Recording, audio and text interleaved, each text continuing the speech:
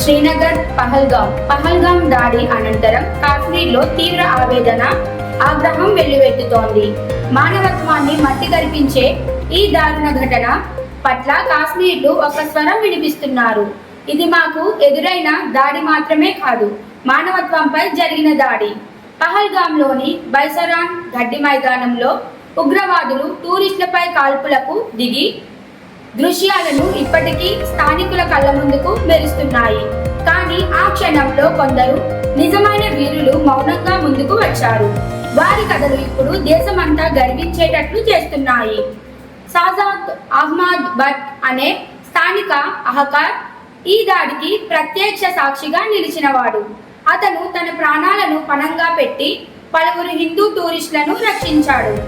దీనికి మించిన దుర్మార్గం ఇంకేదీ ఉండదు. మమ్మల్ని చంపేసినా బాగుండేదేమో, కానీ ఇలా మానవత్వాన్ని చీల్చడాన్ని మేము చూడలేకపోతున్నాం అంటూ మాటల్లోనే గుండె విసురుతున్నాడు షాజహాద్.